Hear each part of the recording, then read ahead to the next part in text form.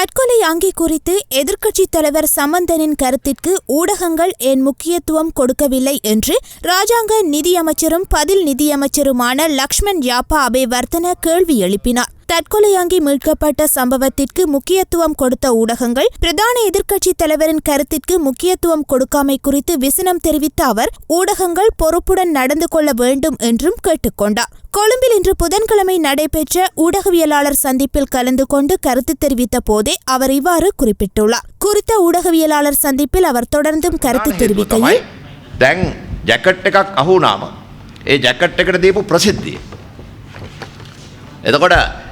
එක පුවත්පතක මම දැක්කා තියෙනවා මේක අලුතෙන්ම හම්බුණු ජැකට් එකක්. එතකොට මේ කිසිම විශ්ලේෂණයක් කරන්නේ නැතුව කිසිම දෙයක් පරීක්ෂණයක් කරන්න ඉස්සෙල්ලම කියනවා අලුතෙන්ම හම්බුණු ජැකට් එකක් කියලා. මම ඔබතුමාට දෙන්නම් සම්පූර්ණ විස්තර ටික 2009 ඉඳලා මේ වන විට අහුවෙච්ච භාණ්ඩ.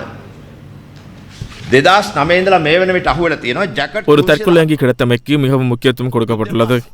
ஒரு பத்திரிகை செய்தியினை பார்த்தபோது இந்த தற்கொலை அங்கி புதிய தற்கொலை அங்கி என்று செய்தி வெளியிட்டிருந்தது. எந்த ஒரு விசாரணையும் ஆராய்ச்சியும் நடைபெறாத நிலையில் அந்த ஊடகம் இவ்வாறு செய்தி பிரசுரித்திருந்தது.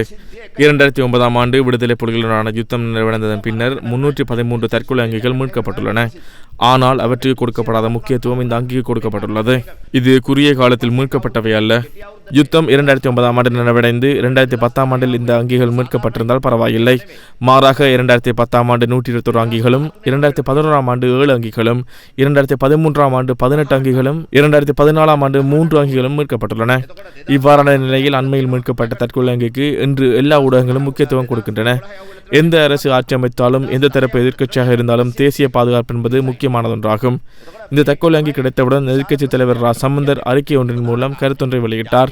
அவரது கருத்துக்கு ஊடகங்கள் எந்த அளவு முக்கியத்துவம் கொடுத்தது? எந்த ஒரு ஊடகமும் அதற்கு முக்கியத்துவத்தை கொடுத்ததாக காணவில்லை. அவர் தற்கொலை அங்கி தொடர்பில் உரிய விசாரணைகள் நடத்தப்பட்டு அதனை வைத்திருந்தவர் கைது செய்யப்பட்டு தண்டனை வழங்கப்பட வேண்டும் என்று கூறியிருந்தார். விடுதலை புலிகளின் செயற்பாடுகள் இருந்த காலத்தில் சம்பந்தர் இவ்வாறான கருத்துக்களை தெரிவிக்கவில்லை. ஆனால் இன்று அவர் தேசிய பாதுகாப்பு குறித்து இவ்வாறு குறிப்பிடுகின்றார். வடக்கில் தாங்கள் சமாதானமாக இருக்கின்ற நிலையில் தேசிய பாதுகாப்பு குறித்து அக்கறையுடன் இருப்பதாகவும் இந்த தற்கொலை அங்கி தொடர்பில் உரிய விசாரணைகள் நடத்தப்பட வேண்டும் என்றும் கூறியுள்ளார். வெவ்வேறு தரப்பினர் இன்று பிரிவினைவாதத்தினை தூண்ட இவ்வாறான செயற்பாடுகளை மேற்கொள்கின்றனர். இந்த பிரிவினைவாதத்தினால் புலம்பெயர்ந்தோர் நன்மை அடைவர் என்றும் கூறினார்.